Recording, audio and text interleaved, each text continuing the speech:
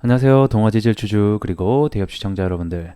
저는 동아지질 관련돼서 여러분들이 투자하시면서 알고 계셔야 되는 중요한 이슈와 주가 영향을 미칠 만한 요소들 하나하나 전달해 드리고 있는 멘토 이진욱입니다. 자, 오늘도 이 동해 앞바다에 관련된 석유 이야기를 좀 함께 해볼까 합니다. 자, 어제는 제가 이와 관련된 이슈를 전달해 드렸다고 하면 오늘은 이 포항 지역의 과거에서부터 석유 관련된 이야기와 그 다음에 이번 매장량 보고서를 쓴 회사는 도대체 어디인지 이런 부분들 하나하나 좀 얘기 나눠보도록 할게요. 자, 우리 동아지질을 하게 되면 이번에 이 동해 앞바다 석유 관련주를 엮이게 된 게 결국에는 이 동아지질의 사업부를 보시면 될 것 같은데 얘네들은 토목 부분에서의 98% 매출을 내고 있죠. 그래서 이 토목 부분에서는 구체적으로 보게 되면 여기 안에 이 엔지니어링이라는 사업부가 있습니다. 여기에서 뭐 시추 조사라든가 뭐 물리 탐사 이런 지질 관련된 어떤 시험을 하고 하는 회사로 보여지고 있습니다. 그렇기 때문에 이번 이런 해저 개발에 관련된 관련주로 좀 엮이게 되면서 주가가 좀 상승이 나왔다라고 보시면 될 것 같네요. 자, 현재 이슈가 가득한 이 포항 영일만 관련돼서 여러분들과 과거 이야기에서부터 함께 해볼까 합니다. 자, 여기는 이번에 석유와 가스가 처음 발견된 지역은 아니고요. 이 과거에서부터 꾸준히 이슈가 되던 곳이긴 합니다. 자, 처음 이제 발견이 된 것은 1976년도 때 이 박정희 정권 때였죠. 이때 이제 영일만 이 석유를 처음 발표를 하게 됩니다. 발견을 하게 되면서. 그래서 이제 1차 오일 쇼크가 당시에 있었던 국민들은 이제 TV를 보면서 정말 만세를 외칠 정도로 기뻐했었는데, 근데 여기서 이제 발견이 된 게 기름이 원유가 결국에는 아니다라고 확인이 되면서 결국에는 경제성이 없다. 이렇게 한번 이제 일단락되는 사건들이 발생을 하게 됐죠.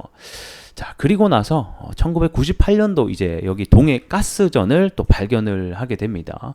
이때 이제 탐사 시추에 성공을 하게 된 이제 한국 최초의 가스전이다라고 보시면 될 것 같고, 양은 500만 톤 정도, 사실 뭐 크진 않습니다. 굉장히 작은 양이었는데 어쨌든 간에 요거를 이제 시추에 성공을 해서 2004년부터 해서 자, 11월부터 해서 1,000톤씩 생산을 하게 됩니다. 그래서 요게 2021년도까지 실제로 가스를 생산을 하긴 했었어요. 근데 현재는 이제 생산시설 철거를 진행 중에 있고요.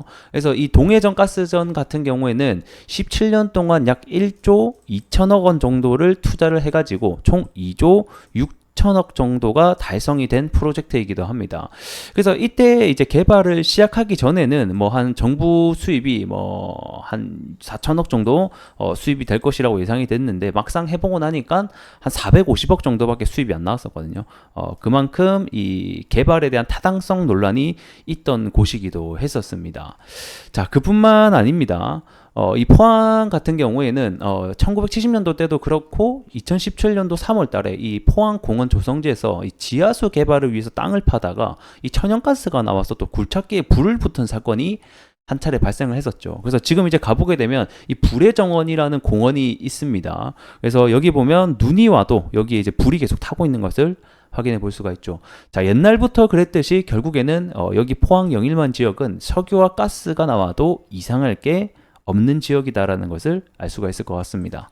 그래서 이번에 발견된 게 여기 팔강구와 여기 요쪽이라고 봐야 되겠죠. 기존에 발견된 거는 동해 가스전이고, 그래서 이 동해 가스전 대비해서 이번에 발견된 양이 한 300배 정도가 많다. 그래서 사업 가치가 있을 수 있다라고 이야기가 들끓고 있는 것입니다. 그래서 여기 보게 되면 유망구조 도출 지역이라고 나오게 되죠. 그래서 유망구조라는 것 자체가 그냥 말 그대로 예상 지역이라는 겁니다. 예상.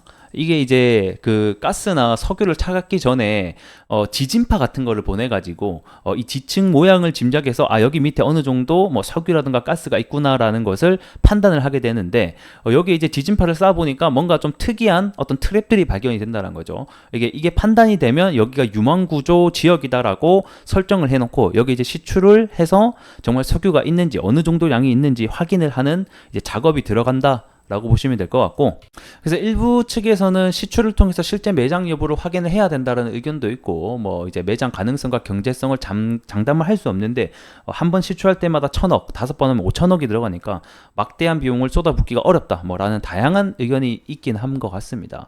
그래서 이번에 이 매장 보고서를 쓴 여기 회사가 도대체 어딘가 요거를 봤더만 이 미국의 액트지오라는 회사가 요거를 뭐 한 것 같더라고요. 그래서 요 회사가 사실 소기업이에요.